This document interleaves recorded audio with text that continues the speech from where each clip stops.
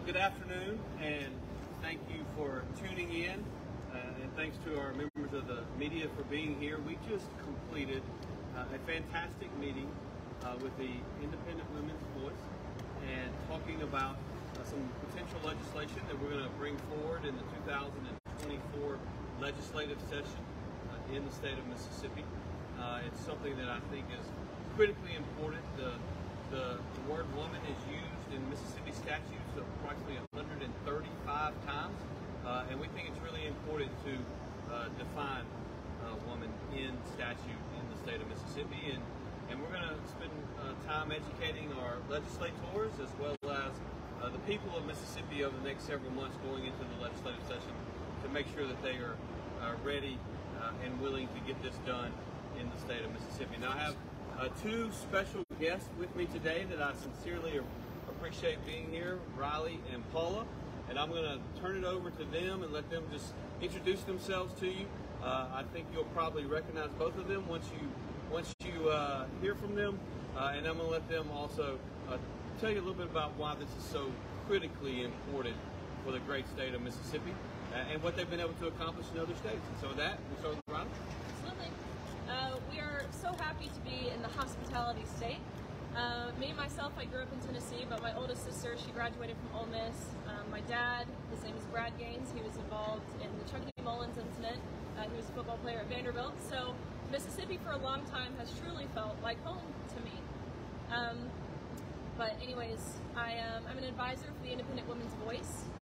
I started swimming when I was 4 years old. Of course, I graduated from University of Kentucky, where I was 22, so that means I spent 18 years of my life dedicated to my sport and really had achieved some incredible things. I proudly finished my career as a 12-time NCAA All-American, a 5-time SEC champion.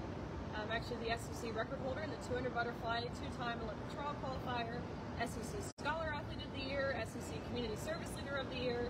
But really all of that to say it's a lifelong journey to reach the highest level and really be successful at that level. But I had. My senior year was different though. About midway through my senior year, I was ranked 3rd in the country behind one amazing female athlete who I knew very well, and the person leading the country I'd never heard of. And this is the first time we became aware of Leah Thomas. We soon found out that Leah Thomas was formerly Will Thomas and swam 3 years on the men's team at University of Pennsylvania before deciding to switch to the women's team, where competing against the men, Thomas ranked 462nd the year prior at best. Clearly, me and my teammates and my family and my coaches, we saw the problem with this. We saw how it was unfair. But the NCAA did not. They saw nothing wrong with it. And so I got to really personally witness and feel the effect that this infringement had on myself and my teammates and my competitors. I don't claim to speak for every single girl in that pool deck, but I do wholeheartedly attest to the tears that I saw from 9th and 17th place finishers who missed out on being named an All-American by 1 place. And I wholeheartedly attest to the extreme discomfort in the locker room when you turn around and there's a 6'4" male fully intact with and exposing male genitalia, inches away from where you're simultaneously undressing. And I can wholeheartedly attest to the whispers and the grumbles of anger and frustration from those girls who, just like myself, had worked their entire lives to get to that meet. First day of competition, Thomas swam to a national title, beating out Olympians, American record holders by body lengths. The second day was when Thomas and I raced in the 200 freestyle, which ultimately resulted in a tie, meaning we went the exact same time down to the 100th of a second. Upon tying, we get out of the water where the NCAA official looks at both Thomas and myself and says, "Great job, you two, but you tied." And we only have one trophy, and we're going to give this trophy to Leah. Sorry, Riley, but you don't get one. And when I asked why, they told me that they've been advised when pictures were being taken that it was crucial that Leah took the trophy. That's when I realized that I was done waiting for someone else to stand up for us. And that's why I'm so grateful to stand alongside Governor Reeves today, because we do have someone standing with us. Thankfully, legislation just like the one Governor Reeves was alluding to has been passed in 4 states with bipartisan support, Kansas, Tennessee, Oklahoma, and Nebraska. Hopefully we can make Mississippi the 5th. Mississippi, there are 1.5 million women in this state who aren't protected in law right now. Imagine if dorms were co-ed, or imagine if prisons were co-ed, domestic violence shelters, sports. That can't continue to happen. And so couldn't be more grateful for Governor Reeves' leadership and his willingness and dedication to protect women and our sex-based rights and protections. So I'm very grateful for you, Governor Reeves. Hi, my name is Paula Scanlan, and I was a member of the University of Pennsylvania women's swim team. So Riley just shared briefly what happened with Leah Thomas competing at the NCAA championship. What we all know is that Thomas, a biological male or male man, went on to win a women's NCAA championship in the 500 yard freestyle. And what you guys don't know is that Thomas was the first female, quote unquote, female athlete to win one at my university, because my university was not an NCAA champion university. And so what that experience taught me is that the university told us that our rights didn't matter. The university told us that if we stood up for women and stood with other women on our rights, that we were on the wrong side of history, that allowing men to enter our changing spaces and our sports teams is allowed and should be welcomed and is progressive. And fortunately, we have strong leadership here in Mississippi where Governor Reeves has just mentioned to us that he is interested in protecting women in the state. And if this had happened in Pennsylvania, where I went to school, we would have never experienced that. And it's very, very important to protect all women. And I'm super happy to be here in Mississippi and stand with Riley and this governor here to protect women and stand for women's rights.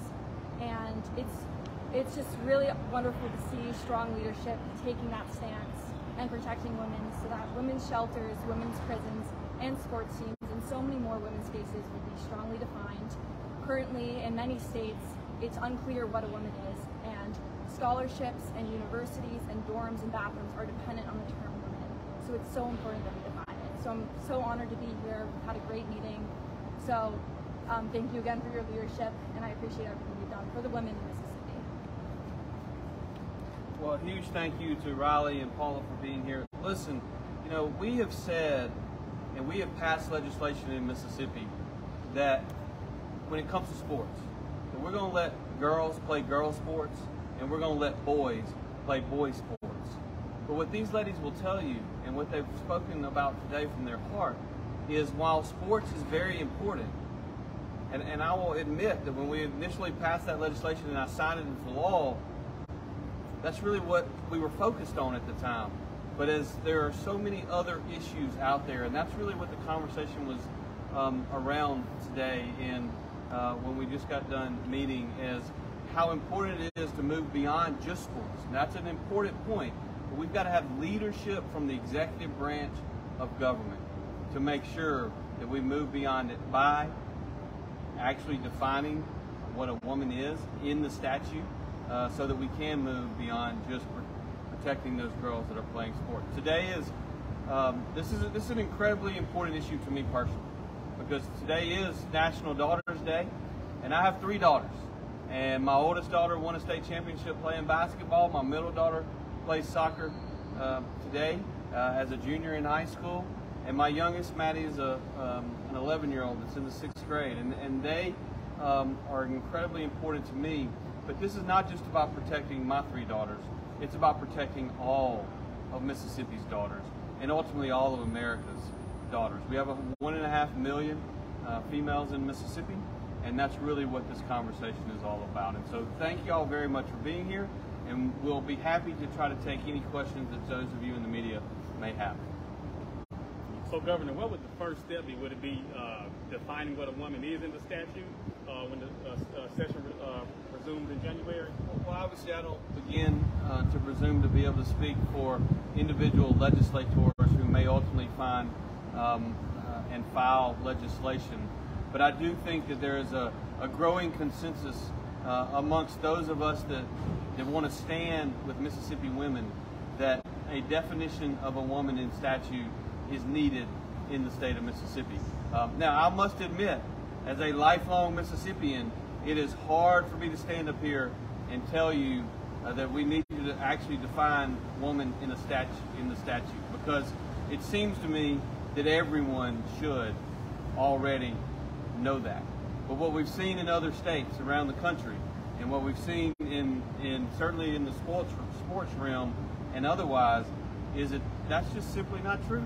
And so yes, one of the initial stages will be passing legislation that defines woman as what is truly an adult female, that defines man as an adult male, so that we can differentiate between the sexes. We shouldn't have to do that, and it's amazing to me that in 2023 here in America that we are going to have to take steps to do that. But the fact is that the far left in states like California and New York are going to extremes to push this conversation in a different direction. And we're going to stand up in Mississippi and say, we're going to stand with Mississippi women, and we're going to stand with the women of America. And for the two swimmers, I know you kind of talked about it earlier, but just for those who see this, just explain what type of legislation would you all like to see passed to prevent this from happening again? Absolutely. As I said, we've seen this be successful in 4 states where ultimately we're defining sex-based terms like woman, like man, male, female, boy, girl, differentiating between sex and gender, which is a big part of this. We're seeing in some existing legislature that the word gender is used, but it actually means sex, so defining and differentiating between the two. How I like to think of it, if you look at the women's sports bill, which as Governor Reeves mentioned, has been in effect in Mississippi, what longevity does that bill have if we have unelected bureaucrats and officials jumping in, going through the back door, and reinterpreting what woman means? That's what this bill would do, which safeguards our safety, it safeguards our privacy in areas of undressing or using the restroom, whatever that might be, and of course our equal opportunities. All things that, at least looking at the sports issue and the education level, should have been protected under Title IX. The effects of what we went through clearly proved that to be false, which is why we have taken the extra steps and really traveled around advocating for this, because we get the messages from young girls daily. They're dealing with this. They don't know what to do. From parents who don't know how to defend their daughters, coaches who don't know how to defend their female athletes. And people might not think it's happening here in Mississippi, but I guarantee you it is. It's happening in every state, every level, every division, every sport, which again, seeing what we saw, experiencing what we experienced, I think that's why Paula and I feel so passionately about standing up for every young girl, of course in the state of Mississippi, but as Governor Reeves mentioned, really nationally. Yeah, additionally, just very briefly, our sports teams are protected in many states now. 23 states, I believe, have passed legislation to protect women's sports. There's no talk about women's spaces, so yes, we can compete free of males, but what about when we get dressed before those competitions? What about when we get dressed after those competitions? And so Governor Reeves has talked to us about how he has a strong desire to also make sure that our bathroom spaces and other women's spaces are protected as well. While some states have just taken a sports stance, and we have that here in Mississippi, it's also important to protect these additional women's spaces. So you all have the support of Governor Reeves. Are you all hopeful or remaining optimistic that a piece of legislation will get passed when the session returns next year? I am. In particular, we had A.G. Fitch. She was the first Attorney General to sign on to advocating for this bill and again standing for women. So I'm very hopeful that the state of Mississippi will understand where we're coming from, where Governor Reeves is coming from, and really why this is critical. Because again, it affects a lot more than just sports. It affects a lot more than just women. This is really an issue that everyone should really care about. And my last question, just what would it mean for you all to get this piece of legislation passed?